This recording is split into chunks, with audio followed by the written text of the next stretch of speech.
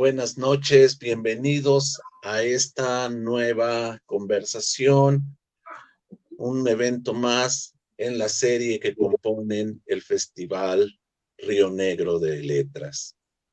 Esta noche hablaremos de viajes y viajeros y de la aventura, de la vieja aventura de viajar y de los nuevos retos, si es que hay nuevos retos que plantee el viaje. Tenemos una nutrida mesa compuesta por escritores y ensayistas. Nos acompañan esta noche Luis Enrique Rodríguez Villalbazo, narrador mexicano radicado en Jalapa, autor de un ABC del narco, La caligrafía de la violencia, cuentista, periodista. Está con nosotros también Marco Carrión, traductor, ensayista, Enrique Serrano, historiador, cuentista, ensayista, y Jorge Aristizábal, quien ha incursionado como guionista, docente, periodista y narrador. Sean bienvenidos todos. Los saluda muy cordialmente su anfitrión esta noche, Rafael Antunes. Hola, buenas noches, Rafa. Un abrazo. Gracias. Buenas noches. Buenas noches.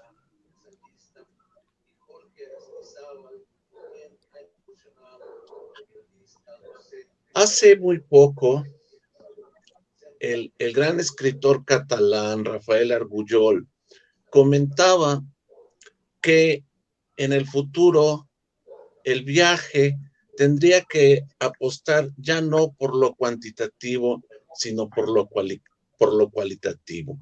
Decía Argullol que si asistíamos a un museo, a uno de los grandes museos europeos, por ejemplo, él recomendaba no recorrer todas las salas, sino concentrarnos únicamente en ver 2 o 3 cuadros, hacer esta experiencia lo más intensa posible, lo más memorable posible, y no perdernos al abandonarnos en el ritmo y en los ríos de los turistas. Por otro lado, viajar parece que ha perdido cierto encanto en cuanto a que el mundo parece haberse igualado en muchas situaciones. Es decir, viajamos y en todas las ciudades a las que viajemos vamos a hallarnos el mismo restaurante de pizzas, el mismo expendio de hamburguesas, las mismas falsas artesanías, el vendedor de camisetas. ¿Cuál es, si les parece, para empezar, el nuevo reto que plantea el viaje? Le doy la palabra y la bienvenida. Antes de continuar, se ha unido con nosotros Carlos Manuel Cruz Mesa, narrador mexicano, autor también de varios libros de cuentos, poemarios y un estudio sobre el comportamiento de los asesinos seriales. Se ha unido con nosotros. En fin, no sé, Enrique Serrano, si quieras tú empezar la conversación y darnos tu punto de vista sobre el tema. Buenas noches. Primero quisiera saludarlos a todos. Es un placer y un honor estar en una compañía tan célebre. El viaje es hacia adentro y hacia afuera. En realidad, a pesar de cambiar las circunstancias, todo el mundo experimenta el viaje, incluso desde antes de partir. Y estoy de acuerdo con Rafael respecto de la decepción que produce en general el ir a lugares que se parecen mucho entre sí y tienen pues todas estas aditamentos que en alguna forma ocultan los lugares a donde uno viaja. Y sin embargo, la estrategia de viajar no se derrota, al contrario, sirve cada día más para recordar que efectivamente se viaja desde antes de partir y se sigue viajando después de haber regresado. Y por eso viajar pues es un ejercicio que está fuertemente ligado o vinculado con ese devenir que somos todos, puesto que efectivamente viajamos a una cierta edad, en un cierto momento, con unos ciertos valores, y después en otros lugares o en los mismos lugares tenemos una perspectiva completamente diferente. Yo creo que sería muy interesante destacar el hecho fundamental de viajar leyendo y de leer viajando, incluso de leer antes de viajar, leer durante el viaje y leer después del viaje. Recordar, rehacer, recomponer. Al fin y al cabo, ese es el esfuerzo de toda nuestra vida. Y más allá de la fatalidad o de las pequeñas fatalidades propias del mundo actual, nunca había sido tan posible hacer eso durante toda la vida. Yo creo que tenemos una fortuna fundamental y que consiste en que los viajes se han convertido en algo que ya no cambia de modo absoluto el destino, ese viaje lento, pausado, de paso a paso, de metro a metro, sino que es una especie de caer, de estar como vaciado en otro lugar, en otra lengua, en otro pueblo, en otro ambiente, dotado de una profunda extrañeza y al mismo tiempo buscando qué reconocer. Esa experiencia tan multifacética y tan sorprendente y en alguna forma leccionadora, pues no era posible en el pasado porque se viajaba de un modo muy, muy minucioso. Recientemente estaba yo leyendo el diario de viaje de Montaigne, el viaje a Italia, y eso sí que era un viaje penoso, indefinitivo, incluso un esfuerzo que a veces costaba la vida al viajero mismo. Esta circunstancia, el hecho de que vivamos ya en este mundo y no podamos retrocederlo, pues debería buscar alternativas para viajar de mil múltiples maneras nuevas, a través de las cuales quizá permaneciendo podamos viajar. Y esa perspectiva produce un razonable consuelo. Gracias, Enrique. No sé, Luis Enrique, ahora pasamos al otro Enrique de la mesa. ¿Cuál sea tu opinión al respecto de la primera pregunta o de lo dicho por tu tocayo? Muchas gracias, Rafa. Un saludo a todos. Buenas noches. Creo que la diferencia ahora con los viajes que se hacían o que se hicieron en el siglo XIX o incluso antes a partir de los grandes descubrimientos, es que ahora ya los viajes no son para descubrir nuevos territorios o nuevas posibilidades geográficas, sino para un proceso de autodescubrimiento del individuo. Se viaja con la finalidad a veces de encontrarse uno mismo al verse reflejado en otras culturas, en otras geografías. Me parece que de esta manera el escribir, quien escribe sobre sus viajes, escribe más bien el cómo el viaje lo va transformando así a medida que transcurre, ¿no? Bueno, a final de cuentas, finalmente viene a ser una nueva experiencia liberadora del individuo en su decurso por nuevas latitudes, ¿no? Ok. Viajar, nosotros en español no tenemos una gran tradición de escritores viajeros como sí existe en otras lenguas, particularmente en lengua inglesa. Es decir, no tenemos un Paul Morán, un Paul Theroux o Naipaul o Chatwin como grandes viajeros. Jorge, ¿a qué atribuyes, Jorge Aristizábal, a qué atribuyes tú tenemos grandes viajeros, pero no tenemos grandes escritores de viajes? ¿A qué atribuyes tú esta ausencia en nuestras letras? Bueno, yo no tendría todavía una respuesta muy elaborada para eso, muy precisa, pero yo creo que la vamos encontrando. Adhiero a lo que menciona Enrique Serrano en lo que tiene que ver con la multiplicidad de los viajes. Él lo plantea en un término diacrónico. Yo lo plantearía en términos sincrónicos. Es decir, Enrique empezó hablando de que hablábamos en una exterioridad, pero también en una interioridad, de manera simultánea. Pero ambas realidades son a su vez múltiples, ¿no? Digamos que el viaje exterior se produce no solo en un sentido, digamos, topológico, en un sentido espacial, sino también se da, digamos, en muchos niveles.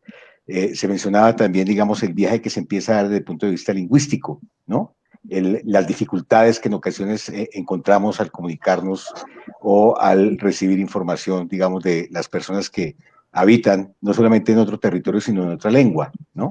Y donde, si bien podemos eventualmente movernos desde un punto de vista espacial, a veces el viaje cultural no es tan fluido como uno podría esperar. Y esto me va llevando un poco a la respuesta que podría escribir a propósito de la pregunta de Rafael. Y es que hoy tal vez tenemos que, digamos, preguntarnos sobre el estatus o la condición del viajero. Una cosa es ser un viajero inglés en el siglo XIX que va por Asia, que va por África, que va por América o América Latina.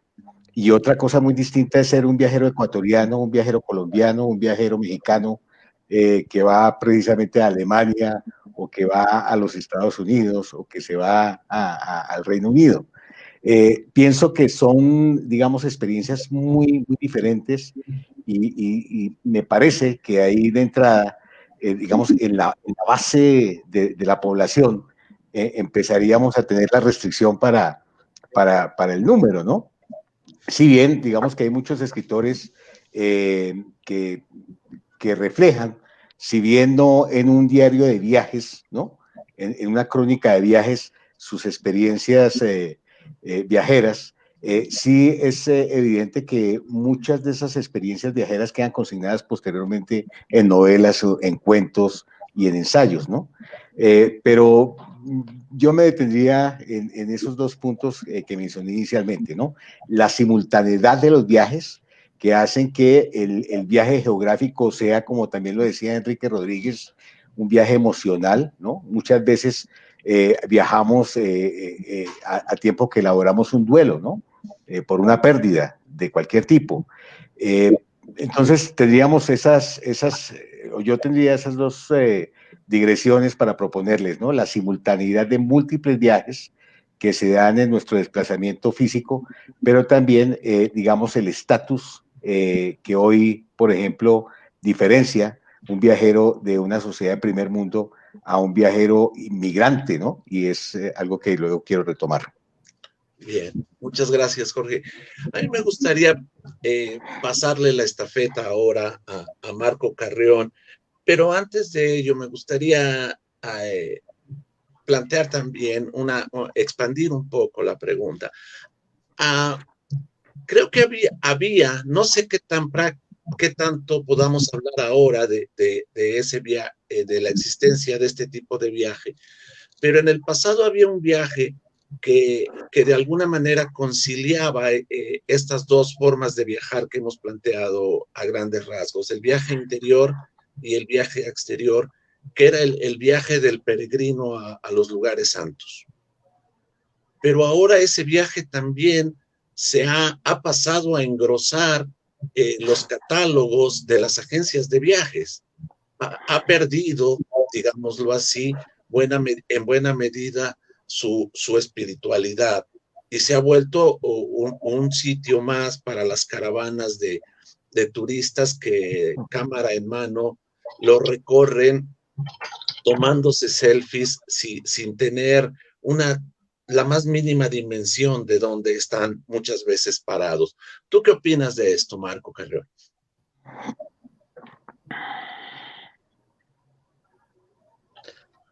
Bueno, aquí estamos hablando, creo yo, ya de otra parte que es la comercialización del viaje, ¿no? Que sería algo un tanto ajeno a lo que ocurre en la literatura, ¿no? Desde que las vías de comunicación se hacen más fáciles, la gente viaja obviamente con mayor rapidez, ¿no? Un viaje Londres-Nueva York pasa de 4 semanas a 4 días a 4 horas, ¿no? De la vela al vapor al aeroplano. Eso provoca una movilidad de una gente que tiene cierto estatus, ¿no? Ahí estas serían las personas que viajan no con una idea de aventura, sino de un pequeño descubrimiento. La parte que creo que nos hace hacernos, que nos hace gustarnos la literatura del viaje es otra, es la parte de la aventura y del descubrimiento, ¿no? Casi todos los textos de viajes son de exploración, es decir, dejamos un centro para buscar un reto, un mundo o un destino que nos es imaginado, ¿no? Hay un reto al que tenemos que llegar. Ese reto antes era extraordinario, por decirlo menos. Se buscaba la fama, la fortuna, el conocimiento extremo, ¿no? Por eso los diarios que todavía podemos leer, como el de Darwin, ¿no? De que es un viaje. Y ahora lo que se busca es una satisfacción inmediata, ¿no? Que es la de te mando la selfie para que tú puedas ver que yo estuve ahí. Y ese es prácticamente el valor que le estamos dando a los viajes, pero todos esos viajes no van a caer en ninguna novela, ¿no? Todo eso carece de valor literario. Por otro lado, el viaje de descubrimiento literario, pues es un viaje de descubrimiento interno, y desde ese punto de vista creo que no va a dejar de existir. Inclusive ya apareció por ahí en Francia una novela que se llama, no, no es una novela, son unos textos que se llaman Pedazos de América, donde es un diario de viaje, pero el viajero ya no salió de su casa. Entonces te narra sus visitas a todos los estados, a los 50 estados de Estados Unidos, en una forma alfabética, porque fue usando Google Earth. Y entonces te hace una narración de lo que vio, que es normalmente lo que hace un narrador de viaje. Simplemente esta persona solamente vio, no sufrió, no tuvo carencias, no tuvo una aventura, solamente fue un testigo. Y pues son de las cosas nuevas que empezamos a encontrar ahora cuando hablamos de los viajes, hasta hace 6 meses, donde creo que ahora tenemos que empezar a viajar de una nueva manera. Aunque ese viaje del que nos hablas, Marco, y de ese tipo de viajero, no sé si es indudablemente tampoco es una forma de viajar nueva desde el escritorio. Desde la Edad Media era una forma de practicarlo, pero digamos que este viajero es un tanto descafeinado, ¿no? Se esfuerza por ver el mundo tras una vitrina, de no perder su condición de turista. Desayuna lo mismo casi que desayuna en su país, no hace amigos. Este viaje no involucra los aromas, el contacto con la gente, la captación que puede ser agradable o algo caótica del ritmo de los idiomas que no son ajenos, etcétera. Pero, Carlos, ¿tú qué opinas al respecto de lo que hemos comentado hasta aquí? Buenas noches y gracias. Coincido con varias cosas que se han mencionado, por ejemplo, este asunto del autodescubrimiento.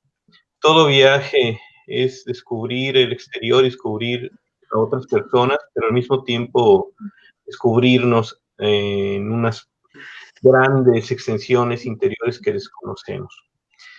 En cuanto al asunto literario, bueno, también hay muchos géneros que el viaje ha incentivado. No es lo mismo las bitácoras que se llevan o se llevaban en los largos viajes marítimos, la bitácora del capitán, que los diarios que un viajero va escribiendo a medida que va conociendo otras tierras. No es lo mismo eso a las cartas, al género epistolar, cuando se escribe a alguien que está en otro país contándole acerca de lo que estamos viendo en tierras ignotas. No es lo mismo a las memorias de un viajero, ¿no? Y por supuesto, nada que ver con las novelas. Recuerdo, por ejemplo, a Rustichello de Pisa, este autor que narró las andanzas de Marco Polo, de Marco Millones, a quien conoció en prisión y a quien Marco Polo le contó todos sus viajes y que usó eso para hacer esas memorias que se le atribuyen a este viajero. Lo de la habitación, recordé el viaje alrededor de mi cuarto y recordé, sí, Javier de Mestre. Así es, de Mestre, y también las andanzas por las 5 partes del mundo que hizo González Ortega, este general de la época de la Reforma, y los 8,000 kilómetros en campaña que hizo Álvaro Obregón, que es un tipo de viaje diferente, el viaje bélico, que se conectaría, creo, también con estos viajes religiosos en su vertiente de las cruzadas, por ejemplo. Muy diferente a recorrer el Camino de Santiago, ¿no? Hay también exilios, viajes del exilio, lo que comentaba Jorge. Hay viajes que implican a inmigrantes, viajes interiores. El exilio interior del que se hablaba en España franquista, ¿no? El exilio de fuera y el exilio interior. Y en el México de los años 30 y 40, ¿no? También, efectivamente. Coincido, en efecto, en que actualmente los viajeros han caído ya en esta banalización del trayecto. Ahora se viaja para presumir en redes los lugares a los que se van, se toman fotos que ya son lugares comunes, con la Torre de Pisa, con la Torre Eiffel, los lugares turísticos que mencionaba Rafael. Los programas de las grandes cadenas también están dirigidos a los turistas, a los que compran viajes de 30 días por 5 países, ¿no? Visitando cada sitio emblemático en 10 minutos. Que eso ya no es el viaje en el concepto puro, ¿no? Del descubrimiento que implica, como se mencionaba, el contacto con la carne y la sangre de cada país, con la comida que no nos van a dar en un restaurante de cadena, con adentrarnos en los callejones, con conocer el submundo de cada ciudad, etcétera. Muchos de estos viajeros lo hacen para programas televisivos, para YouTube, para revistas especializadas que se regalan en los aviones, etcétera. Creo que el viaje ha perdido mucho de su encanto. Incluso el que emprenden muchos jóvenes como mochileros, que se van a recorrer Europa como supuestamente pobres, ¿no? Con su mochilita, etcétera, también ha perdido encanto, y además de que, bueno, los riesgos que ahora se enfrentan son muy diferentes a los que se corrían en tiempos antiguos, ¿no? Ok, muchas gracias, Carlos. Uy, el tema da para no solo muchísimas preguntas más, sino probablemente muchas charlas más. Cuesta trabajo retomar uno solo de los muchos hilos con los que hemos empezado a tejer, pero me gustaría regresar un poco a este punto que Enrique Serrano nos planteó al principio, del viaje que se inicia contemplando su retorno. Es decir, creo que se viajaba, ahora hay una modificación, pero se viajaba también muchísimo apelando a la memoria. Es decir, el viajero, parte del viaje era su regreso y contar lo que había visto. Ahora, yo hace poco vi en un centro comercial estaba y un hombre empezó a bailar y se le unió una muchacha, ambos estupendos bailarines, y era difícil no mirarlos, pero de pronto descubrí que nadie los estaba viendo como los estaba viendo yo. Todos los estaban viendo a través del celular.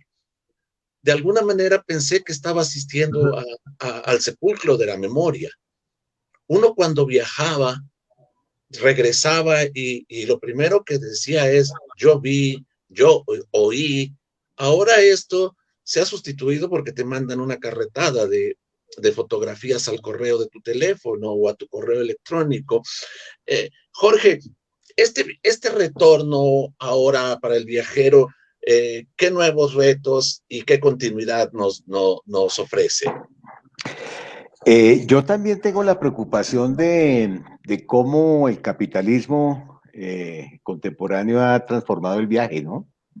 Siento que el viaje hoy entra en la lógica de la ilusión, de la ilusión que nos proveen las nuevas tecnologías, la ilusión de tener amigos, por ejemplo, la ilusión, por ejemplo, que nos brinda el tener algún tipo de protagonismo en la vida de otros, ¿no? Lo cual sigue siendo una ilusión. Me parece, digamos que con ese tipo de viaje que se hace por Google Earth, pasa un poco lo que sucede con las experiencias eróticas a través del computador, ¿no? Ustedes me van a perdonar lo autorreferencial, pero en un cuento que se llama La pluma inglesa, cuento la historia de un sujeto que sabe mucho sobre París, pero nunca la ha podido pisar, y esa es su gran tragedia. El sueño de su vida es llegar a París, pero por una cuestión legal nunca puede entrar a la Unión Europea y nunca puede llegar. Es una experiencia aterradora que el rival le enrostra diciéndole, mire, usted podrá saber francés, podrá tener todas las fotografías, los videos, las referencias, conocer mucho, pero es como no poder besar a la mujer amada. Es un poco lo que le dice. Y yo siento que a esa desgracia hemos llegado, sobre todo porque, como muy bien lo mencionaban, el no estar ahí, ¿sí? Y no solamente estar en un sentido físico, sino también espiritual, porque es que una de las condiciones del viaje es que es ante todo una experiencia espiritual. Aquí yo debo retrotraer a Federico Nietzsche en Así habló Zaratustra, el primer discurso que habla de las tres transformaciones, ¿no? De cómo el espíritu se convierte en camello, el camello en león y el león en niño. Pienso que el viaje como experiencia espiritual nos expone a esas tres transformaciones también. El ser camello, el cargar sobre sí la dificultad de esa nueva realidad, de ese universo, es tal vez una de las grandes conquistas del espíritu. Luego, de alguna manera, el resistirnos a esos nuevos entornos, el contender con esos nuevos entornos, sería, digamos, el equivalente a lo que Nietzsche expone metafóricamente como la conversión en león. Y bueno, el juego en ese nuevo espacio, en ese nuevo código, sería, digamos, también el equivalente a ser niño.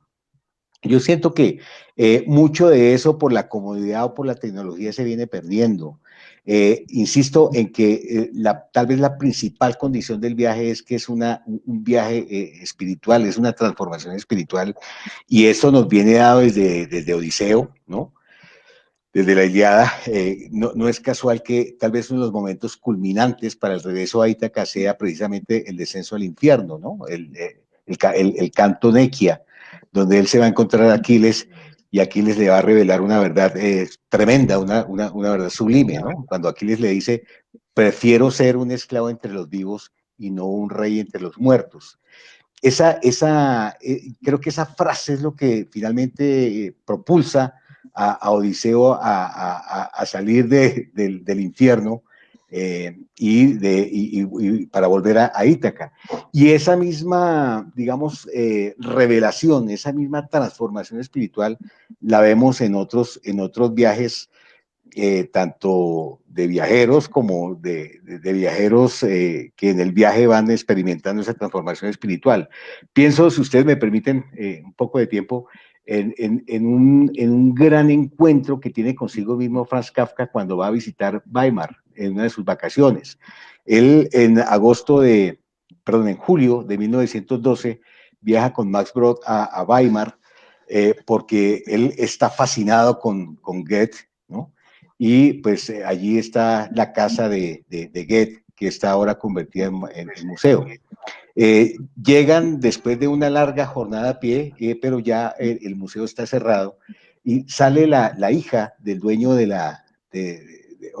que cuida este museo, y Franz Kafka, esto es bien interesante, lleva una cámara fotográfica, y le dice que es muy bella, que si le permite tomarle una foto, a lo que la muchacha accede.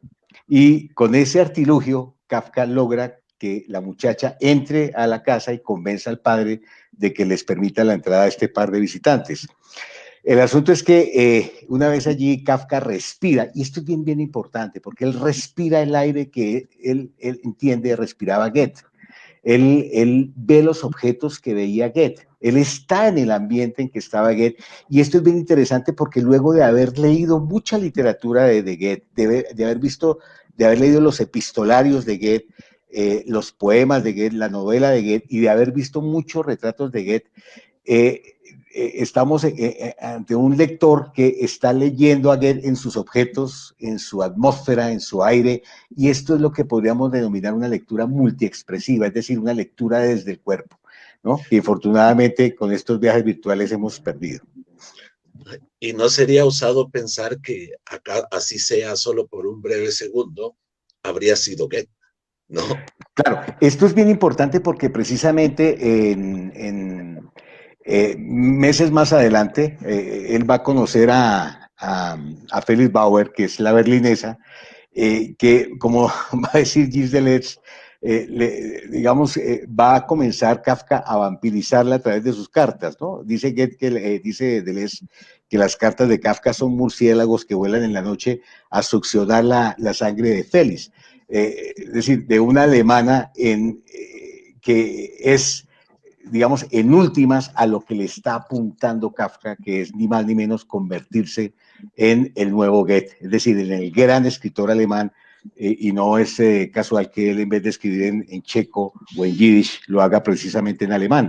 Entonces, digamos que es este tipo de transformaciones profundas, de conversiones definitivas, lo que también comportan los viajes. Y pienso que tal vez hoy, desde el punto de vista literario, desde el punto de vista narrativo, tendrá muchísimo más valor el viaje del migrante tercermundista, que el viaje de seguramente algún scholar, ¿no? De algún intelectual o de algún académico que de alguna manera viene a sumarse un poco a la ola de turistas de ¿cómo se llama? De selfie stick y de Instagram, ¿no? Muy bien, muchas gracias, Jorge. Enrique Serrano, ¿tú nos quieres comentar algo, ampliar sobre lo expuesto o plantear nuevas preguntas?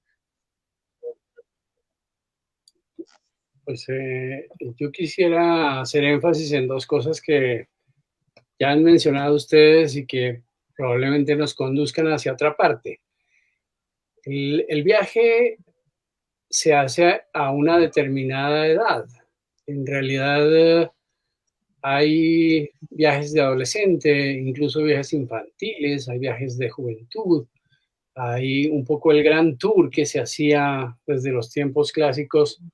Hay peregrinaciones, hay migraciones, incluso hoy en día, particularmente ahora que se hablaba de los turistas, la mayor parte de los turistas suelen ser de la tercera edad.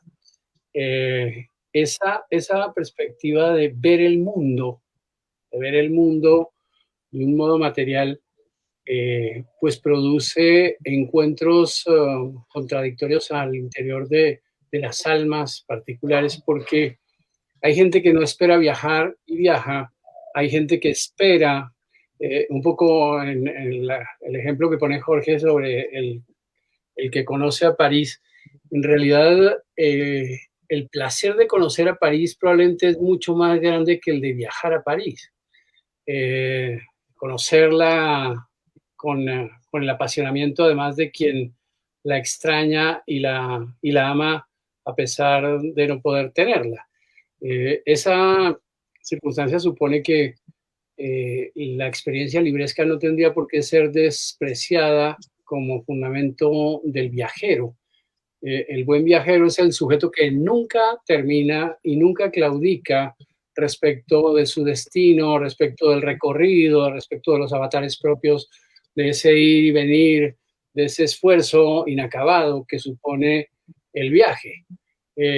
Pues la vida misma, la metáfora más clásica desde Homero hasta nuestros días es la de un viaje largo, un viaje corto, En todo caso, un viaje plagado de lo inesperado. Y esa consideración de lo inesperado es probablemente la razón de ser. Es cierto que hay gente que trivializa, hay gente que no sabe viajar, que no le interesa, etcétera. Hay gente que no debía viajar, hay gente incluso que opta por no viajar nunca. Y sin embargo, esa consideración del viaje en este mundo móvil, en este mundo, digamos, inquieto, está sembrada en el aire. ¿Qué le podemos decir entonces a nuestros hijos y a las generaciones por venir sobre el viaje? Sobre los libros de viaje, sobre la perspectiva de que efectivamente ahí se cuece la memoria en otras aguas, en otros caldos, digamos. Y además la experiencia sensorial, ya lo mencionaron ustedes, que tiene que ver con las lenguas. Al fin y al cabo, el mundo es un sitio pletórico de lenguas, de equívocos, de acentos, de posibilidades expresivas, incluso los gestos y la cuestión no verbal cambia. Ese placer y esa sorpresa, incluso esa conmoción, porque efectivamente para la mayor parte de los viajeros bien intencionados de este mundo, viajar es una conmoción, viajar es algo fuerte.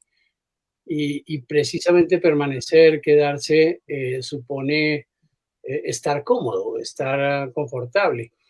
Entonces, todos esos aspectos quisiera yo que se involucraran en esta discusión, porque además son literarios y son susceptibles de convertirse en narración.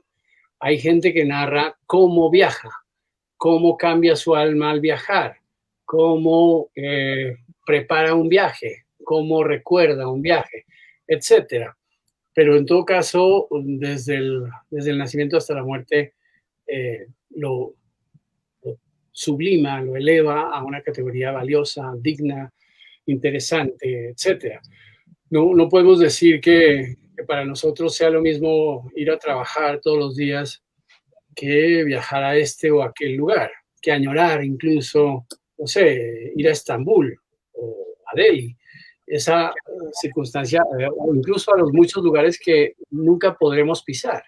Porque yo digo, aquí tengo una caterva de guías de viaje de lugares a donde nunca he ido y probablemente nunca iré. Y sin embargo, el placer de mirar, el placer de escudriñar, el curioso impertinente que hay en cada uno de nosotros, no renuncia a esa maravilla. Porque en el viajar, así sea por placer, por aventura, indudablemente el placer debe estar presente. Una amiga mía trabaja en una revista de High Society y un día me comentó muy molesta algo así como, qué joda, mañana tengo que viajar a Nueva York. Y entonces pues, le digo, oye, pues sí, qué mal. Y dice, no voy a ver nada, me bajo del aeropuerto, llego a un hotel, hago una entrevista, me regreso. Es decir, el viaje sin placer, ¿en qué se convierte, Luis Enrique? Yo creo que el viaje sin placer, para quienes tienen que moverse por cuestiones de negocios, por cuestiones de trabajo, se llega a convertir verdaderamente en un martirio, no es para mí que a veces he tenido que por cuestiones de trabajo salir a campo, no es nada placentero, sobre todo en territorios tropicales como los que nos rodean aquí en Veracruz y que supongo yo no supongo, bueno, en Colombia también. Así es, entonces no resulta placentero, ¿no? Quienes viajan por placer o por gusto y encuentran en el viaje ese espacio de recreo, obviamente la experiencia es completamente distinta. Y que esto me hace regresar un poco a lo que decías hace un momento de los viajes estos masivos, ¿no? De la gente que por obligación tiene que visitar determinados lugares. Hay nuevos lugares de peregrinaje, ¿no? Ya no es el Santo Sepulcro o Santiago de Compostela, sino que ahora son a lo mejor los lugares de moda. Obviamente hay lugares referenciales que son inevitables, la Torre Eiffel, la Sagrada Familia, el Museo del Louvre en París. Entonces, pero eso también tiene que ver con una forma de ver el mundo. Alguien se mencionaba por ahí hace un momento la mirada capitalista. Ahora quienes viajan lo hacen por acumular experiencias, entonces no tanto en el sentido de que puede tener quien viaja para conocer una ciudad como Venecia y adentrarse precisamente en lo que hace Venecia una ciudad especial, ¿no? Porque tú tienes las referencias literarias, a lo mejor tienes las referencias cinematográficas, entonces tú vas a vivir la ciudad o el viaje lo vas a vivir de una manera completamente diferente a quien viaja simplemente porque tiene la obligación de acumular una experiencia y llenar su Instagram con las fotos en los canales, con las fotos en las góndolas, en la Torre de Pisa, porque finalmente eso llena una especie de vacío existencial, a diferencia de quien viaja a una ciudad para cubrir esos vacíos existenciales de una manera distinta, ¿no? Muy bien. Hace un momento, me parece que aparece un tema que es el del exilio interior, que es una forma de viaje que en apariencia muchos pensarían que no es deseable. Julio Cortázar, cuando leyó Pedro Páramo, decía que no le costaba trabajo imaginar cómo había escrito Rulfo ese libro estando en México. Él tenía la tesis de que los grandes libros se escribían a partir del contacto con el viaje. Y claro, él era un vivo ejemplo de ello, era un escritor en Argentina y se convirtió otro en París, y tenía los ejemplos al lado de Vargas Llosa, de Carlos Fuentes, de García Márquez, pero sin embargo, el exilio interior ha sido un viaje que muchísimos grandes escritores latinoamericanos han practicado. Carlos, en México, por ejemplo, el grupo de los contemporáneos, un grupo de poetas espléndidos, algunos de ellos, Javier Villaurrutia, por principio de cuenta, fue un gran practicante del exilio interior, porque es se puede convertir, ya sea por motivos políticos, por motivos de segregación racial, sexual, en una forma de salvarnos a nosotros mismos. ¿Tú qué opinas sobre el caso? Sí, por supuesto que el viaje interior es la búsqueda de esos territorios propios que desconocemos. Incluyen no solamente lo que puede ser nuestro pasado, por ejemplo, porque hay parte de ese exilio interior es también el viaje al pasado, el descubrir cosas que no recordábamos de nuestra propia historia. También es un viaje emocional, es un viaje sentimental, es una exploración sobre todo de la soledad, porque todo viaje interior, todo exilio interior es solitario por definición. Nadie puede acompañarnos ahí.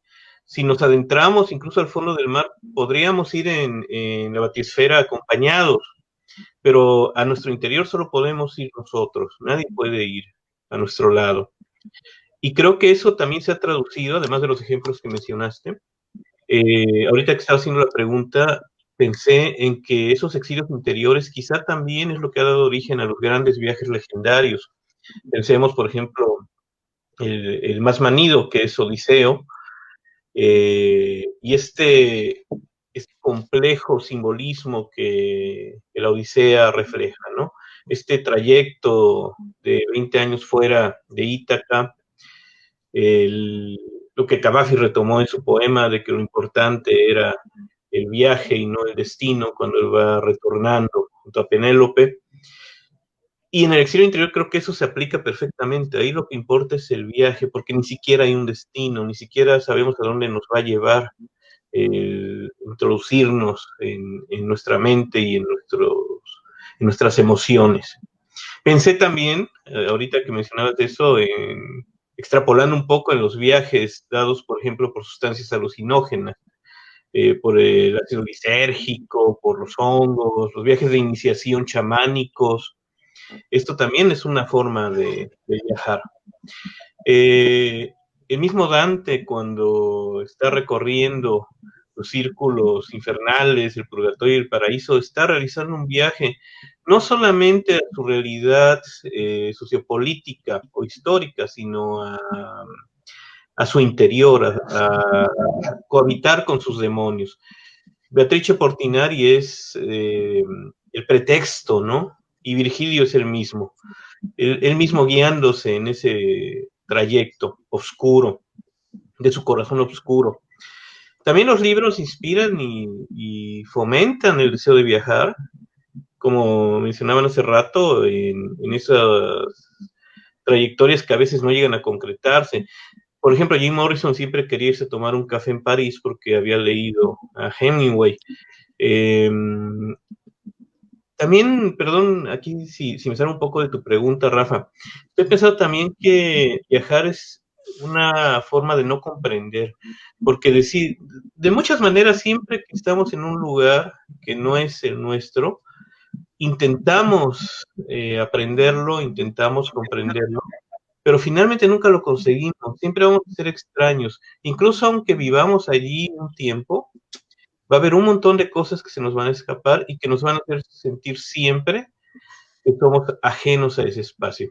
Y lo podemos ver en diarios de viajeros, pensando en la Marquesa Calderón de la Barca, por ejemplo, cuando viaja a México y después publica este volumen, y se nota allí la incomprensión absoluta de la idiosincrasia mexicana.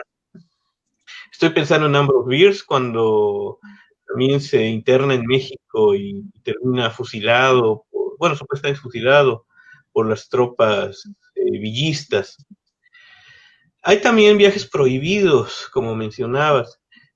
Hay lugares en el mundo a los que no podemos viajar, lugares que están cerrados, lugares que están contaminados, bases militares, etcétera, a los que, aunque los conozcamos, creo que incluso hay un libro sobre ese tema, nunca vamos a poder ir.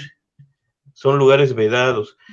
Hay grandes extensiones inexploradas, sobre todo en el fondo del mar, que son viajes todavía pendientes, descubrimientos pendientes. Y bueno, finalmente, para terminar esta intervención en este momento, estoy pensando también generacionalmente.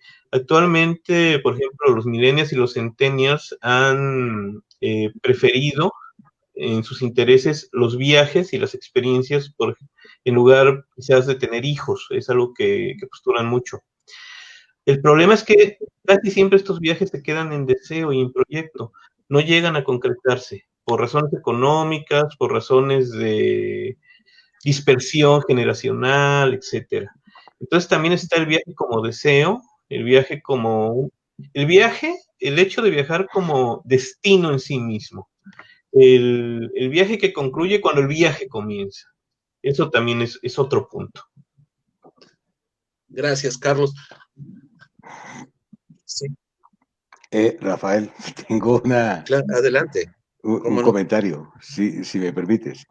Bueno, yo no por pretender ser políticamente correcto, porque desde luego con los compañeros hemos tenido un diálogo sumamente fascinante, pero sí lamento y extraño que no haya mujeres en este diálogo. Precisamente porque se nos queda, y qué pena decirlo en estos términos, pero en lo de siempre, ¿no? La mirada masculina o el hombre como vector, como el ser que se mueve mientras ellas esperan en la casa, cuando lo que la historia nos muestra es totalmente lo contrario, ¿no? Tenemos mujeres desde los comienzos de la humanidad, ¿no? Tenemos mujeres viajeras, por ejemplo, las mujeres que llegaron a América en los barcos como prostitutas o que llegaron como misioneras o como enfermeras o como monjas, tienen unas memorias que hay que develar. Y bueno, lo menciono porque precisamente hoy la mujer viaja mucho, esto es una obviedad, pero quiero decir que tal vez el viaje contemporáneo o la odisea contemporánea que vale la pena explorar, investigar, recrear y recuperar, es precisamente el viaje de las mujeres migrantes. Y yo quisiera proponerles ese tema ahí como una manera de compensar esta terrible ausencia de mujeres en esta conversación. Que siempre será una pena que se hagan reuniones de este tipo y de casi de cualquier tipo y que no haya presente la voz, la riqueza femenina, que coincido contigo muchísimo, transformaría la conversación y muchos puntos de vista nuevos e inteligentes también nos brindarían. ¿Qué te parece si antes de abordar el tema de las mujeres, concluimos un poco? Ahora que Enrique Serrano mencionaba esta costumbre que si bien no es extendida, sí conoce sus devotos de conocer, de viajar por medio de las guías a ciudades que no se van a visitar por X o Y razón, la mayoría de las veces quizás por motivos económicos. Yo solía tener un mapa de Trieste y lo recorría con el dedo tratando de seguir los pasos de Joyce y de Humberto Saba. Y también recordé, dado que se ha mencionado mucho París, uno de los viajes más singulares que yo conozco. Recordemos que hasta, ¿qué sería? Mediados del siglo XX, París, y durante todo el siglo XIX, París fue una meca para los viajeros, un sitio que obligatoriamente se debería conocer. Y si mal no recuerdo, Julián del Casal, el gran poeta cubano, había idealizado tanto la ciudad, añoraba tanto conocer París, la había visto tanto en postales, grabados, etcétera, que cuando llegó por la noche, por la madrugada se dio vuelta, no entró a la ciudad, se dio vuelta y regresó por temor a que el París real anulara el París imaginario e ideal que él se había construido. Pero Marco Carrión, hemos perdido las mecas del viaje, hemos perdido París. No. Siempre tendremos París. Siempre tendremos París, exacto.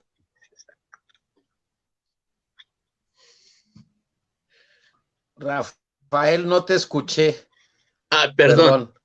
No hay cuidado. Yo te preguntaba esto, si los sitios de peregrinaje, ya no religioso, sino cultural, como lo era París, como lo fue Nueva York, han venido a la baja o perviven.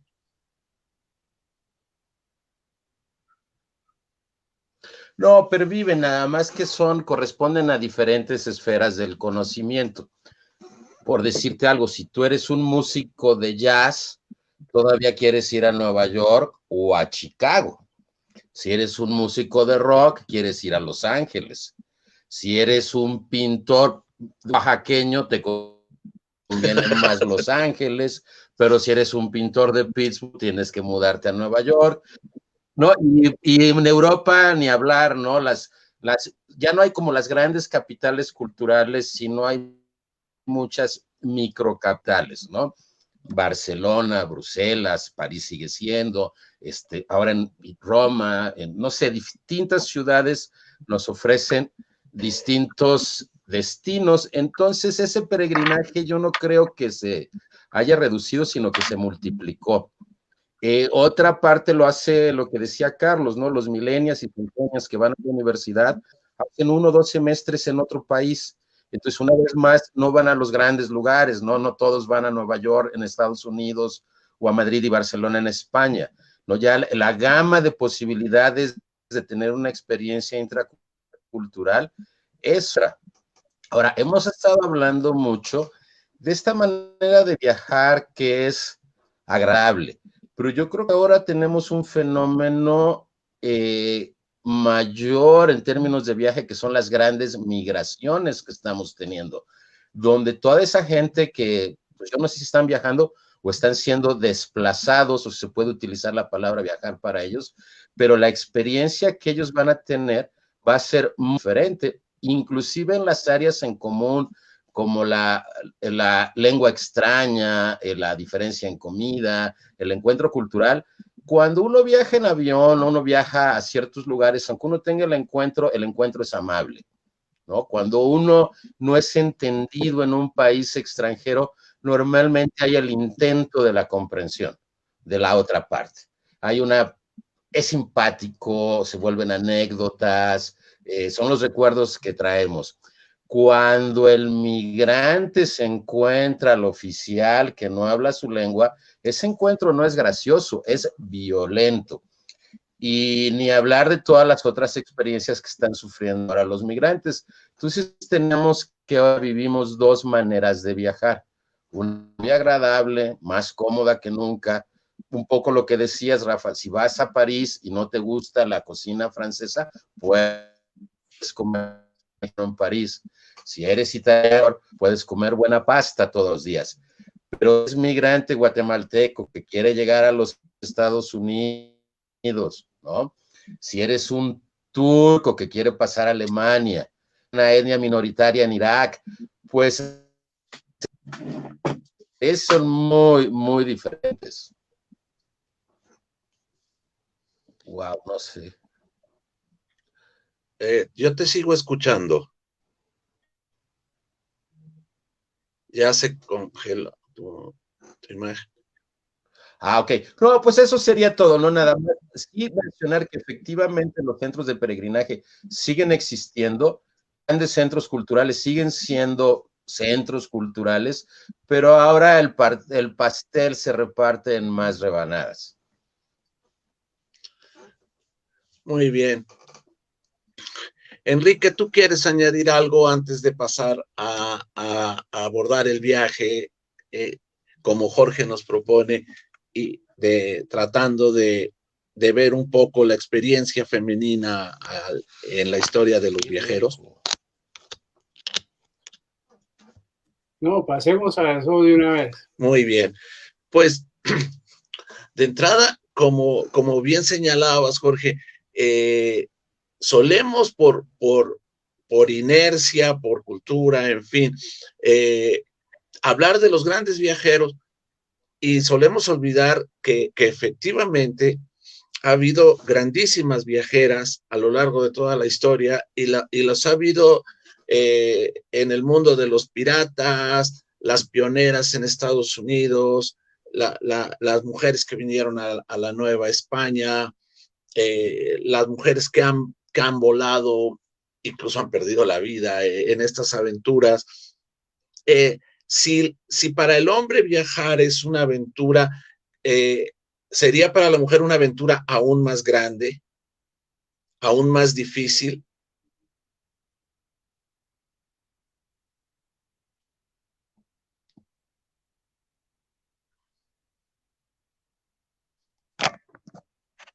¿Quién quiere responder? Yo estaba hablando, pero sin duda les decía, el mundo es un mundo machista, inclusive en Alemania tenemos unas tasas de violencia preocupantes contra la mujer, ¿no? Y no hablo solamente, digamos, de la comunidad turca o la comunidad oriental, digamos, que vive en Alemania, en ciudades como Berlín. No, los mismos alemanes también son tremendamente machistas. Entonces, en un mundo machista, para las mujeres es sumamente difícil, sumamente riesgoso, sumamente peligroso viajar. Precisamente, bueno, lo vemos, por ejemplo, en noticias terribles que han ocurrido, por ejemplo, en Montañita, en Ecuador, aquí mismo en Colombia, en Cartagena, en México, ¿no? Pues digamos que son territorios muy hostiles para las mujeres. Aún así, tenemos, por ejemplo, libros estupendos sobre mujeres viajeras. Pienso, por ejemplo, en el de Cristina Morató, Viajeras intrépidas y aventureras, que hace un recorrido por las viajeras desde el siglo V hasta nuestros días, ¿no? Mencionando mujeres como las que tú ya nombraste. Eh, pero creo que hoy podemos ver dos tipos de viaje: el viaje de la millennial o de la milenial, ¿no? Eh, Pienso, por ejemplo, en una visión que tuve en San Agustín Huila, en el desierto de perdón, en el desierto de la Tatacoa, aquí en Colombia, que pude ver algo así como 70 adolescentes francesas, niñas francesas que estaban conociendo el desierto de la Tatacoa, y pues estaban dichosas porque para ellas pagar con un euro, pues la conversión es bastante cómoda, ¿no? Y bueno, pensemos la, la viajera acomodada que puede irse a cualquier parte del mundo con relativa comodidad o con relativa tranquilidad. Pero yo quiero insistir en la dificultad del viaje femenino, sobre todo del viaje migrante femenino, que es muy distinto y tal vez mucho más duro que el viaje migrante masculino. Pienso, por ejemplo, en la experiencia de mujeres que viajan de Ecuador, Salvador, México, Honduras, a Estados Unidos. Que yo sepa, no hay noticias de que coyotes quieran abusar a los migrantes hombres, pero sí, en cambio, es muy frecuente que los coyotes pretendan abusar o quieran abusar o abusen de las migrantes mujeres. Y esto, digamos, sitúa a la mujer en una condición doble, ¿no? Y creo que inclusive lo vimos en la novela de Jorge Franco, Paraíso Travel, donde en ocasiones la mujer tiene que ser cómplice del abuso, de alguna manera prestarse a los deseos del coyote, seducir al coyote para que la cuide, para que la proteja de los demás, para que la acompañe en el cruce hacia el desierto de Arizona o en el desierto de Arizona, o en ocasiones exponerse precisamente en contra de su voluntad a ser asaltada, a ser violada. Y a esto hay que sumarle no solamente la experiencia del tránsito, repito, con coyotes, sino a los mismos lugares de llegada. Hay algo que Carlos estaba mencionando, ¿no? Las distintas modalidades de viaje, y él habló del viaje interior, del viaje psicotrópico también. Digamos que en el caso nuestro atrae mucho viajero externo, precisamente porque en Sibundoy o en el Putumayo tenemos la toma ritual del viaje. Pero ¿qué pasa también con ese tipo de otro de viaje, que es el viaje forzado en la trata de personas, ¿no? Que en Argentina es tan frecuente, y que también para el caso colombiano nos ha revelado mujeres que son víctimas de este tipo de viaje. Eh, digamos que aquí creo que hay una gran dificultad, y sobre todo con una población sumamente vulnerable, distinto de lo que es, por ejemplo, ciertos viajes de hombres. Pienso, por ejemplo, en Álvaro Mutis, ¿no? Que cae preso y allí tiene la posibilidad precisamente de escribir sobre un viajero, sobre Macrol, ¿no? Entonces, digamos que el viaje, como la mayoría de experiencias humanas, tiene diversidad de manifestaciones, diversidad, digamos, de expresiones y de casos, pero siento que hoy sería interesante, repito, hacer una arqueología, una revisión, unos inventarios eh, o antologías, no sé cómo lo quieran llamar, de estos nuevos viajes que se están dando y que, repito, se revelan sumamente fascinantes precisamente porque vienen de voces negadas durante muchos siglos y que hoy presentan particularidades que desconocemos, ¿no? En muchos aspectos. Luis Enrique, imagino que tú conoces bastantes casos de esto que podríamos considerar, sin exagerar, un viaje al infierno, que es el viaje de las migrantes. ¿Nos puedes ahondar un poco sobre el tema? Sí, el viaje, el traslado de las migrantes centroamericanas en su intención de llegar a los Estados Unidos, bueno, es verdaderamente la aventura, yo creo que más extrema que se pueda librar, porque no solamente existen los riesgos consustanciales al traslado que implica venir caminando, el uso del tren como mecanismo de transporte, las pandillas, la existencia de la Mara Salvatrucha en todo el trayecto, porque ya no solamente la Mara Salvatrucha ya no solamente está en Guatemala o El Salvador, sino que se ha extendido a territorios como Chiapas. En territorio mexicano ya parece que es menos, pero yo creo que simplemente no está tan expuesto como estuvo en su momento. Los casos de los migrantes que son secuestrados por los grupos de narcotraficantes para solicitar pagos de extorsiones, en su momento llegaron a ser utilizados incluso como soldados de leva por los grupos de la delincuencia organizada. Y las mujeres en su condición, bueno, pues eran obligadas o eran prostituidas en los propios bares o en los propios circuitos que ellos regenteaban. Entonces, y a eso se suma el drama que representan aquellas mujeres que viajan con hijos, ¿no? Porque, bueno, no solamente están expuestas ellas, están expuestos sus hijos a todas este tipo de situaciones. Entonces, yo creo que es la experiencia más amarga que puede sufrir una mujer en esas condiciones, y que el periodismo en sus crónicas, de pronto esto me parece un poco mal, de pronto un tema se pone de moda y entonces sí, el periodismo, el reportero, el cronista saca a la luz todo este tipo de situaciones, pero en cuanto dejan de tener cierta efervescencia o dejan de estar en el foco, se pierden una vez más esas historias y las situaciones yo creo que no cambian, siguen ocurriendo. El migrante tuvo incluso que cambiar de rutas un poco más peligrosas, porque ya no solamente siguen la vía del tren, sino que se internan en territorios selváticos, donde están expuestos obviamente a las condiciones climáticas, a algunos animales ponzoñosos. Entonces, eso me parece que fue donde estuvo más expuesto a la opinión pública, debe haber sido entre 2010 y 2016, y de un tiempo para acá el tema decayó considerablemente en las propias páginas de los diarios, ¿no? que lo consignaban, o en las crónicas de las revistas.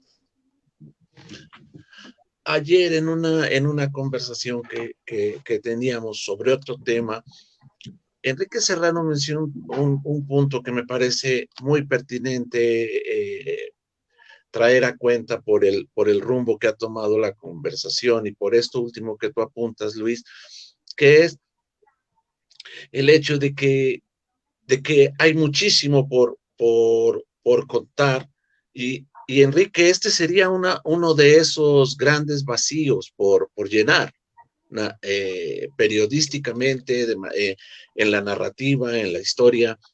¿Estás de acuerdo? Sí, estoy de acuerdo.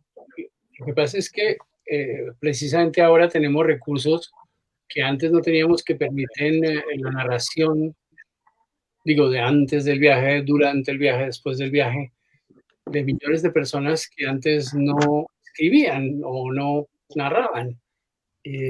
Eso a multiplicidad puede ser aprovechada como una ventaja, aunque las circunstancias, pues, no solo dramáticas del viaje, sino incluso la experiencia misma de descubrimiento que hay hasta en esas personas que sufren terribles vejaciones o complicaciones extremas. De todas maneras, la voluntad de viajar, la ilusión de hacerlo, el hecho de ver el viaje como una salvación, como una alternativa de horizonte nuevo, todo eso debería también figurar, no solo los detalles oscuros, digamos así, porque al fin y al cabo la condición humana de hombres y de mujeres es esencialmente estar de tránsito, y mucho más ahora cuando vivimos como nuevos nómadas en apartamentos compactos, en ciudades compactas, en mundos en donde el arraigo precisamente es lo escaso o lo extraño. Entonces, seres desarraigados, seres que no tienen nada que perder ni en un lugar ni en otro, pues narran historias parecidas respecto de esos arranques y de esos finales. Y sin embargo, yo creo que tal vez una de las cosas más valiosas es que la condición humana no se ha debilitado, o por lo menos sigue siendo esencialmente la misma y puede sacar del viaje provechos impensados, sea ese frecuente o no. De todas maneras, el 95% de la población mundial no viaja muy frecuentemente, o el 90%. Me refiero, piensen ustedes, a los campesinos en China, en donde cambiar de una aldea a otra o de una ciudad a otra es algo que se hace una vez en la vida o a veces no se hace. La inmensa mayoría de la humanidad que vive en Asia o en África, pues se mueve dentro de sus pequeños espacios, dentro de sus microcosmos, y ahí es donde tienen lugar y sabor y gracia y sentido todos los viajes que hacen. Luego, nosotros podríamos enterarnos de muchas de esas cosas, inclusive de los viajes interiores de estas personas, que resultarían valiosos si la experiencia del viaje fuera auténticamente más universal y universalmente más conocida. Carlos, ¿quieres añadir algo sobre el tema? Si no fuera así, a mí me gustaría mencionar, aunque no, aunque en muchos casos, y quizás bien merecido, ha merecido el calificativo de infame, el viaje a los paraísos sexuales. ¿Quieres ahondar sobre el punto? Sí, hay varios puntos que me gustaría tocar antes de este que mencionas. También, por ejemplo, hace rato que Jorge estaba mencionando lo de que no hay aquí una mujer hablando de viajes. También estaba yo recordando, bueno, también podríamos haber invitado a alguien de raza negra. Igual los negros también, recordemos que fueron forzados durante siglos a viajar a tierras lejanas, muy difíciles, muy distintas a su lugar de origen, por la esclavitud. La esclavitud es también algo que ha ocasionado grandes olas migratorias y al mismo tiempo ha tenido un enorme impacto en los lugares donde los esclavos llegaban. Aquí México, por ejemplo, es un sitio donde se asimiló gran parte de la cultura africana y se llegó a un sincretismo. En las zonas del estado de Veracruz, en Guerrero, en Oaxaca, la presencia de los afromexicanos es muy fuerte. También ahí hay otra visión que no estamos tomando en cuenta, además de la femenina. Los coyotes, bueno, sí, efectivamente, contra las mujeres cometen innumerables abusos. A los varones los matan, no los violan, ¿no? Hay un asunto también, las memorias de mujeres que hayan viajado, yo conozco muy pocas que hayan escrito sobre sus propios viajes. Se han escrito libros sobre mujeres viajeras, como decía Rafael, sobre mujeres piratas, esclavas, etcétera. Pero mujeres que han escrito sobre su propia experiencia conozco poco. Seguramente ustedes me podrán ilustrar más al respecto. Recuerdo sobre todo, que ya la mencioné, a la Marquesa Calderón de la Barca. Recuerdo un poco, una parte de las memorias de Concepción Lombardo, de Miramón. Retomo el tema que decías. Sí, efectivamente, los viajes de índole sexual son parte fundamental no solamente de los recuentos de trayectos, sino de la economía mundial, por desgracia.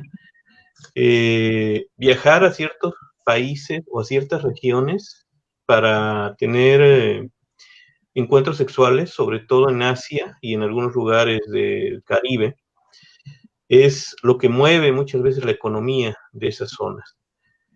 Tanto los viajes sexuales que implican placeres permitidos por los mismos países, como aquellos que son prohibidos ahí y en otras zonas. El turismo sexual es algo de lo que se ha escrito muy poco, pero que sí debería ser más abordado. Quizá porque es un tema todavía tabú por todo lo que implica en cuanto a la explotación, a la trata de personas, a la esclavitud, a la pedofilia y la pederastia, etcétera. Se ha abordado, sí, desde el punto de vista del periodismo, pero no tanto como crónicas de viaje, sino como un análisis sociológico, político, histórico o económico sobre esta problemática. Y casi siempre desde el punto de vista del investigador, que a priori tiene ya, por supuesto, una condena moralista. Jamás de un viajero que haya contado esas experiencias, por ejemplo, ¿no? Esto me lleva también, por ejemplo, a las trayectorias que se dan a otros tipos de lugares oscuros. Por ejemplo, los viajes que se hacen a sitios donde se cometieron asesinatos célebres. Ese es otro lugar. O los que se hacen a Chernobyl después de que ya se puede entrar a ciertas zonas, que ya no están tan contaminadas por la radiación, y que hay hasta videoclips en los que se te invita a emprender travesías guiadas y todo a esa zona. Ese es otro de los tipos de viaje que también son muy interesantes. Me gustaría poner sobre la mesa, si tú me lo permites, Rafa, dos temas que creo que son fundamentales. Uno es la suspensión de los viajes físicos a buena parte de la población mundial a raíz de la pandemia que estamos viviendo. Y la otra es ese viaje interior dentro de la propia casa a través de internet, etcétera, durante el gran confinamiento. El segundo son los temas relativos a viajes que aún son ficción.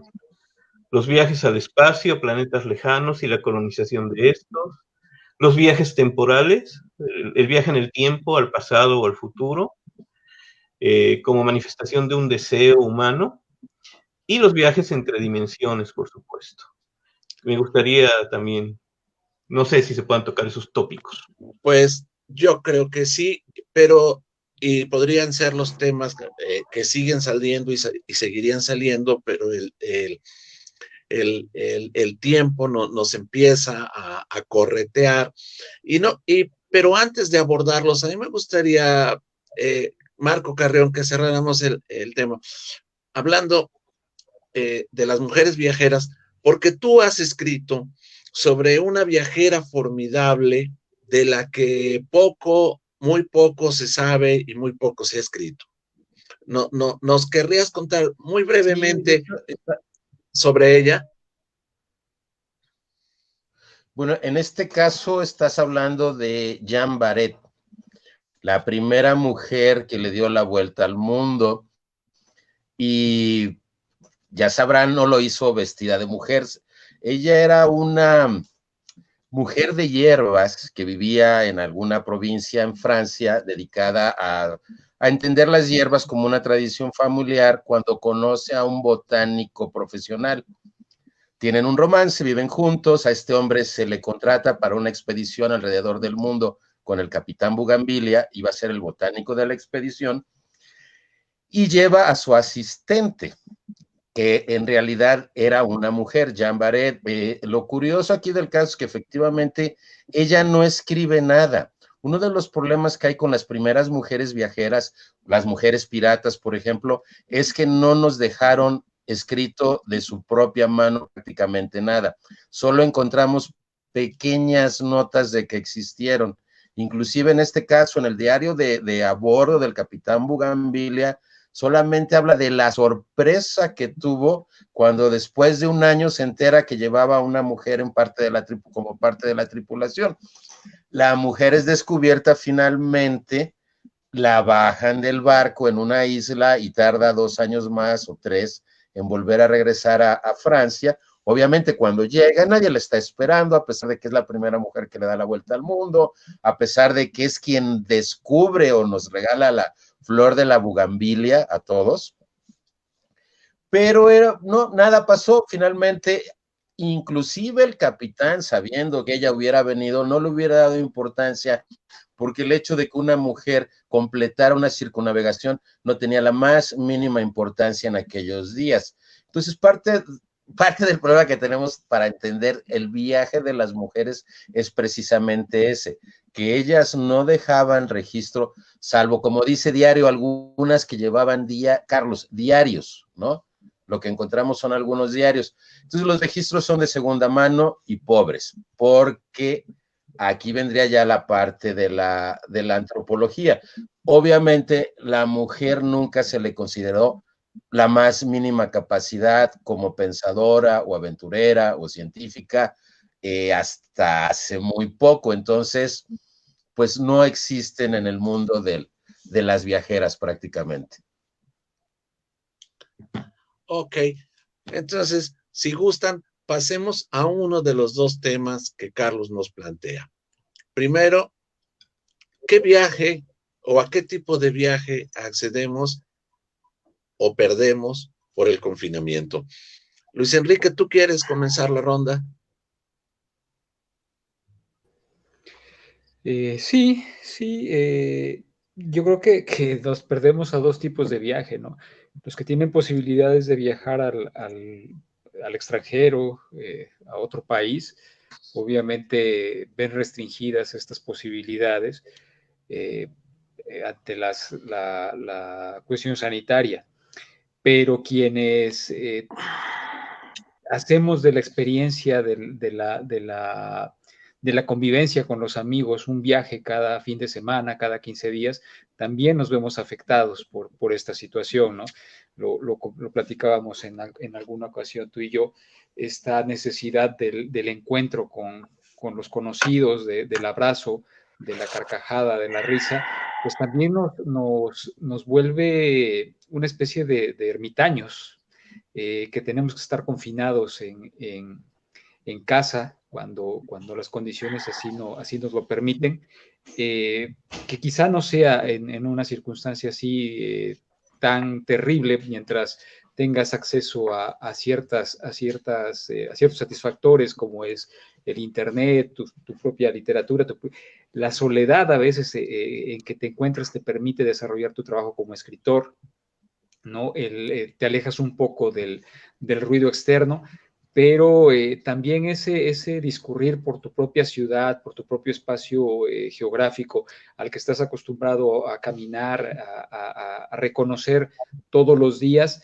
se empieza ya en muchas ocasiones a extrañar, ¿no? La visita al bar de cada fin de semana o de cada viernes en la noche, pues es donde nos está golpeando la pandemia en ese sentido. Y recordemos también, Luis, perdón, la intervención es breve, que precisamente han sido los viajes y los viajeros quienes a través de la historia han propagado las pandemias, las enfermedades.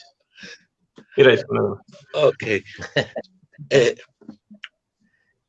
Me ha venido a la memoria un brevísimo poema de Yorgos Seferis, no, perdón, de Yanis Ritsos, que de su libro Monocordios, que dice: pétalo de jazmín sobre un vaso de agua, qué lejos me haces navegar.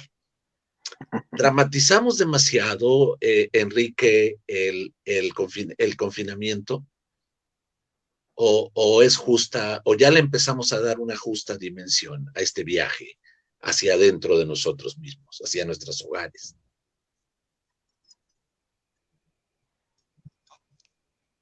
Pues la verdad es que es temprano todavía para decirlo porque no conocemos los efectos, pero yo creo que todos estamos de acuerdo en que una experiencia como esta, de esa naturaleza tan peculiar, en alguna forma asociada a una muerte que para la mayor parte de la gente estaba muy distante y además tan larga, pues ha producido una mutación lenta. Yo la llamo así un poco teorizando.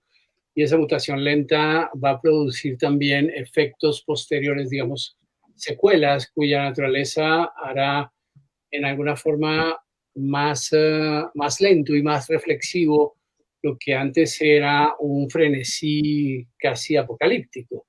Es muy probable que la humanidad regrese a su viejo ritmo después de la pandemia, pero quedarán ecos, digamos, quedarán resonancias, y al fin y al cabo las resonancias son la literatura del futuro, el arte del futuro, las posibilidades de entender esto plenamente, de hacerse partícipe del dolor y de las dificultades por las que han atravesado millones de personas. Todo eso, pues, es muy probable que traiga consigo cambios que al principio serán invisibles y después ostensibles. El solo uso el uso recurrente, pues, de la mascarilla, la distancia, el carácter proximal de los abrazos y de las culturas que necesitaban el contacto físico, todo ese tipo de cosas producen huella, y especialmente lo harán en las jóvenes generaciones. Probablemente esto, pues el 2020 no será un año como los demás, y cada quien tendrá relatos y cosas que sacarle y que indilgarle a esta transformación, que por supuesto es todavía muy imprecisa, muy poco visible. Jorge, tú nos quieres comentar cómo ha sido tu experiencia de este viaje alrededor de tu habitación. Bueno, muy amables. Yo quiero regresarme un momento para comentar una digresión. Adelante. Hay un adagio alemán medieval que reza lo siguiente: peregrina salió, puta regresó, ¿no? Y es interesantísimo porque marca la diferencia que hay respecto del viaje masculino. El viaje masculino, desde luego, es de exploración, pero en todos los sentidos, ¿no? En la Odisea misma encontramos nosotros las distintas experiencias amorosas, incluso eróticas, que tiene Odiseo. Pues pensemos nada más en la diosa Calipso, en la isla Ogygia, donde tiene ocasión de estar por 9 años disfrutando de esta diosa de doradas trenzas. O, por ejemplo, pensemos en la isla de la hija de Alcinoo, ¿no? El magnánimo Alcinoo, que también se enamora de Odiseo. Y ni nada más, o sea, y ni hablar de la experiencia que tiene con Circe, que es una experiencia absolutamente sexual. Un texto que fue compuesto en el siglo IX, y hoy todavía, cuando leemos esos versos, se siente la tensión sexual, el ardor sexual que hay en este encuentro entre Odiseo y Circe, nada más desde el comienzo, ¿no? Cuando por indicación del dios, él toma a Circe por los brazos y la acerca contra él para que ella sienta su espada cabe el muslo, dirá el verso. Entonces, esto se traduce inclusive en el imaginario capitalista, ¿no? Yo recuerdo que hasta hace muy poco los afiches, las promociones de viaje a Brasil o al Caribe llevaban inevitablemente la figura de una garota semidesnuda o de una caribeña sumamente voluptuosa, ¿no? Y esto me hace recordar otro componente que Carlos ha insistido en presentarnos, y es el inventario, las tipologías de viaje. Debo mencionar el carnaval como viaje. Pienso, por ejemplo, en el Carnaval de Río y el Carnaval de Barranquilla, inevitablemente, y permítanme contarles rápidamente una anécdota. En los años 50 y 60 venían reinas de Curazao, de México, de Holanda, de República Dominicana, a participar en el reinado del carnaval, ¿no? Y a mí me llamó la atención muchísimo el hecho de que en imágenes de la época llega el vuelo, aterriza en Barranquilla, ¿no? En el aeropuerto Ernesto Cortizos, y en el mismo avión llegaban las reinas de Holanda, de Curazao, de Bonaire, de República Dominicana, ¿no? De Puerto Rico. Y bueno, venía el reinado y después ellas se iban. Yo decía, pero qué curioso, y bueno, y eran celebradas por el pueblo, ¿no? Pues estas reinas. Resulta que tuve que ir a hacer una investigación sobre el carnaval en Barranquilla, y alguien conocedor de la historia me contó lo siguiente: eran jóvenes mujeres que trabajaban en los burdeles de Curazao, a las que los empresarios del carnaval de Barranquilla contrataban, y por 3 días pues por los días del carnaval las hacían pasar por reinas en Reina por Barranquilla. 3 días. Por supuesto, ellas eran alojadas en el Hotel El Prado, seguramente, y donde tenían la posibilidad bueno, acceder a clientes o de ser visitadas por clientes muy ilustres, ¿no? Entonces, digamos que este es otro componente que tiene, digámoslo así, una especie, digamos, de sexualidad del viaje, ¿no? O ese componente genérico que tiene el viaje. Ahora, ya respondiendo a la pregunta, para mí no ha sido sumamente drástico el confinamiento, el autoaislamiento, porque en mi condición no sé, pues de revisor y de fabulador, permanentemente permanezco encerrado. Entonces, por el contrario, para mí esta cuarentena ha sido una auténtica delicia en la medida en que me ha permitido estar en donde me gusta estar, ¿no? Rodeado de mis libros, de mis películas, de mi música, ¿no? Que a propósito, Carlos, también suponen formas maravillosas de viajar, ¿no? Los viajes en la música, los viajes en la literatura, los viajes en la pintura, los viajes en las distintas artes son experiencias francamente prodigiosas. Muchas gracias, Jorge. Marco Carrión, ¿tú quieres compartirnos tu experiencia del viaje alrededor de tu alcoba? Pues yo he estado visitando muchos lugares muy lejanos y muy exóticos. Ya fui al Polo Norte, ya fui al Polo Sur, le di la vuelta al mundo con William Dampier, le di la vuelta al mundo con Bugambilia, ¿no? Crucé Groenlandia con Nansen. En fin, me he dedicado buena parte a leer exploradores y diarios de viaje en este encierro, porque una de las actividades que más extraño es precisamente la de viajar, en el sentido de una movilidad más allá de la del fin de semana, ¿no? Donde extrañas el hogar, no, porque una de las cosas que siempre he dicho es que tal vez lo mejor de viajar es el regreso a casa. Cuando por primera vez te sientas en tu cama y te quitas los zapatos ahí, en tu casa, no hay comparación, vamos, ¿no? Quizás porque ahí el viaje, lejos de concluir, reinicia, porque ahora viene la gran recapitulación que hacemos del viaje, ¿no? No recapitulamos sobre el viaje durante el mismo. La gran recapitulación viene cuando dejamos la maleta en la casa. Normalmente llegamos de noche y nos golpea el aroma único, inolvidable de nuestra casa, y uno dice, he vuelto, ¿no? Claro, porque siempre... Creo que también estamos dejando de pasar. ¿Qué pasa cuando el viaje?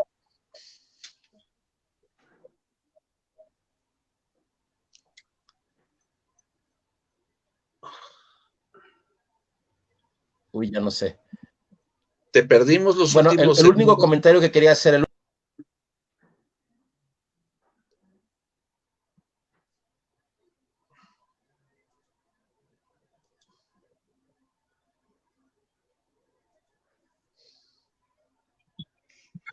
Sí, creo que hemos perdido a Marco. Ya volvió. Sí. Bien. Bien. Perdimos la dirección de Carlos cuando la estabas comenzando.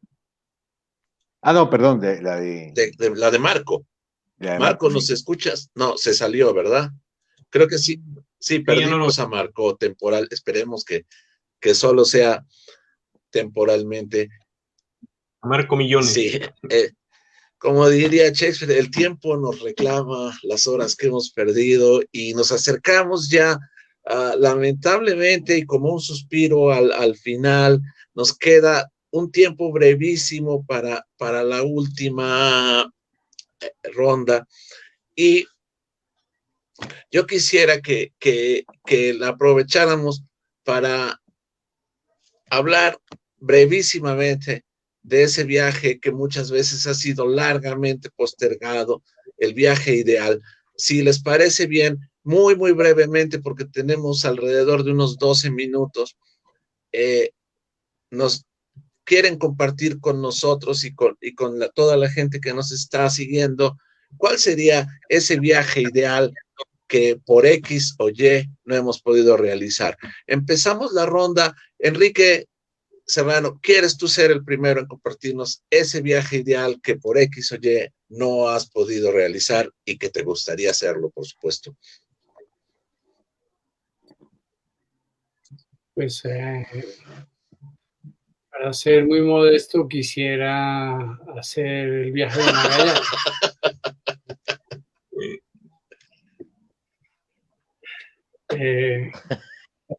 Pero sé que no encontraré en un lugar ni de manera. Yo por razones también peculiares de mi vida, fui marinero de barcos mercantes en los años 80, cuando tenía 20 años.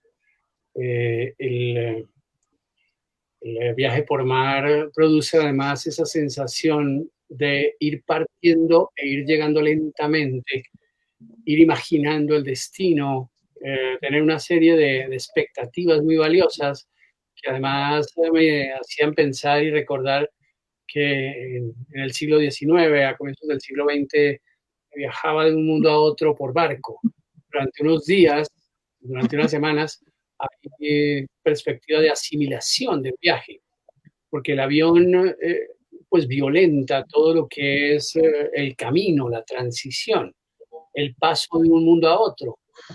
Y creo que para nosotros esa experiencia de ir pasando lentamente, como decía yo al comienzo del Grand Tour, sería pues algo mucho más valioso que el asunto mismo del destino, porque el destino se va acercando, va llegando a nosotros. Yo viajé, por ejemplo, de Santa Marta a Wilmington, Delaware, en 1981, con la perspectiva además de cambiar de clima, de mundo, el aire se sentía diferente, los olores, en fin, una serie de experiencias vitales que eran profundas y profusas y que quedaron marcadas en mí para siempre. Yo quisiera reconstruir ahora, pues, en una edad otoñal, esa experiencia de viajes por mar, por el mundo, aunque los destinos sean relativamente cortos, pero a los Magallanes, solo que sin las penalidades. Muchas gracias, Enrique. Carlos, ¿quieres compartir con nosotros tu viaje que esperemos se cumpla algún día? Sí, primero recordé aquella frase de José Gorostiza, el novelista mexicano, que era diplomático y que decía que los viajes instruyen, pero ¿cómo estriñen? Es parte también de lo que los viajes nos separan. A mí me encantaría conocer Grecia, Italia, Francia y España. Esos 4 países me encantaría hacer un largo viaje por ellos, quizá vivir allí un tiempo. Ese sería mi sueño. Porque bueno, como aquella vieja frase decía, que no hay nada peor que ser un ciego en Toledo. Entonces, ver todo esto, ¿no? Espero no morir sin realizarlo. Carlos Monsiváis creo que terminaba su autobiografía precoz diciendo, tengo 30 años y todavía no conozco París. A mí me gustaría saber el tuyo, Rafa. Si hay tiempo, que esperemos, con gusto lo compartiré. Luis Enrique, tu turno. En mi caso quizás sea menos ambicioso, pero tengo una relación muy particular con el mar. Entonces, cualquier trayecto que yo pudiera realizar en un barco camaronero, por ejemplo, como marinero, no tanto como pasajero, como espectador, sino como partícipe de quien se hace a la mar, me sería muy satisfactorio poderme trasladar quizá por todo el Golfo de México hasta llegar al Caribe y de regreso hacia la Florida.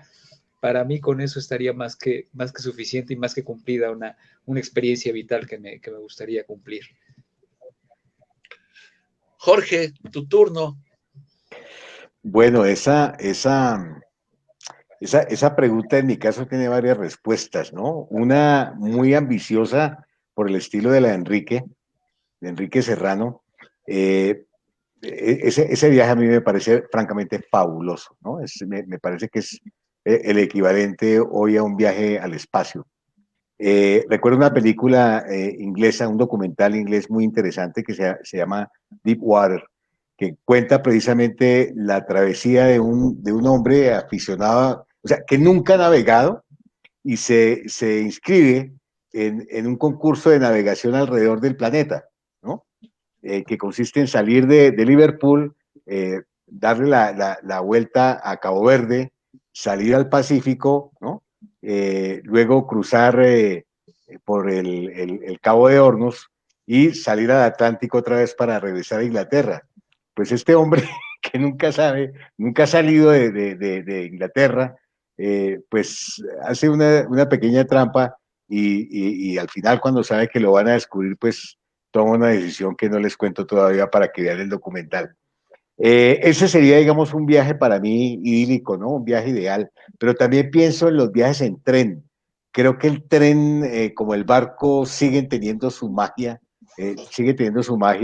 Y bueno, están los viajes en tren de los que nos habló Agatha Christie en sus novelas, o un viaje en tren que me encanta también, que lo cuenta una película con Sean Connery, ¿no? De Rusia con amor, que es también un viaje en tren desde el este de Europa hacia Inglaterra, precisamente.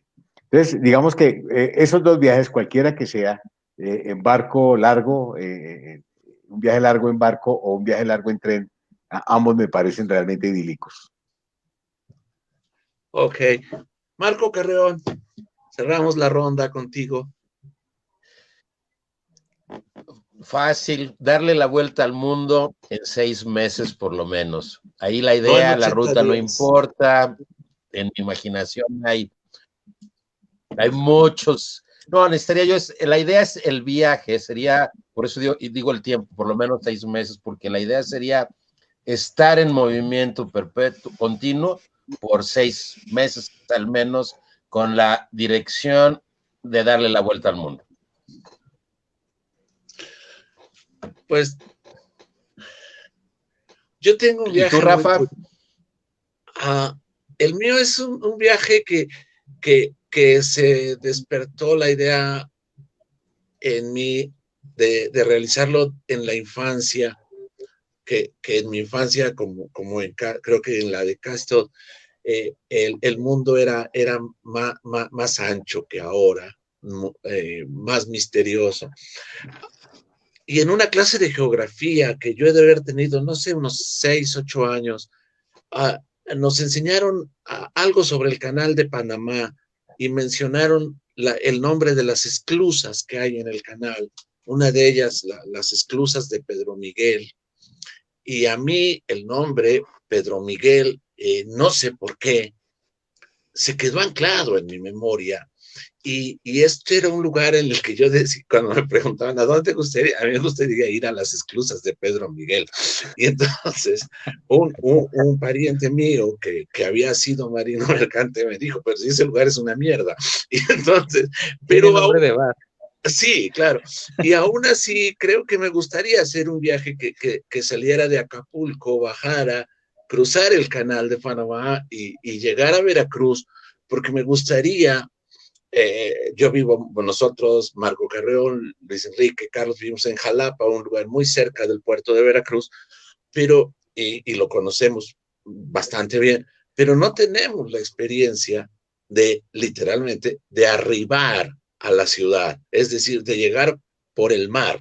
Tenemos, claro, la experiencia casi cotidiana y muchas veces ya insustancial de llegar al puerto por carretera, pero me encantaría llegar un día a Veracruz por barco. El tiempo que tanto nos correteó, a final de cuentas, nos ha alcanzado. En realidad, el viaje se ha hecho corto y sumamente placentero. Verdaderamente ha sido un enorme placer. Creo que para mí, y en primer lugar, para los escuchas, no dudo que haya sido una experiencia para compartir todos estos este rato con todos ustedes y con que nos han, creo yo, nos han llevado a un muy, muy placentero viaje por sus experiencias. Enrique Serrano, Jorge, Luis Enrique, Carlos, Marco Carreón, muchísimas gracias. Amigos todos que nos han seguido y que nos están viendo, como ya se ha hecho costumbre al despedir estas emisiones, muchas gracias, buenas noches, buenos días, buenas tardes y no podríamos cerrar de otra manera, muy buen viaje. Esperemos encontrarnos muy pronto por ahí. Hasta pronto, amigos todos. Muchas gracias. Gracias, buenas noches. Gracias, Rafael. Chao, encantado. Gracias.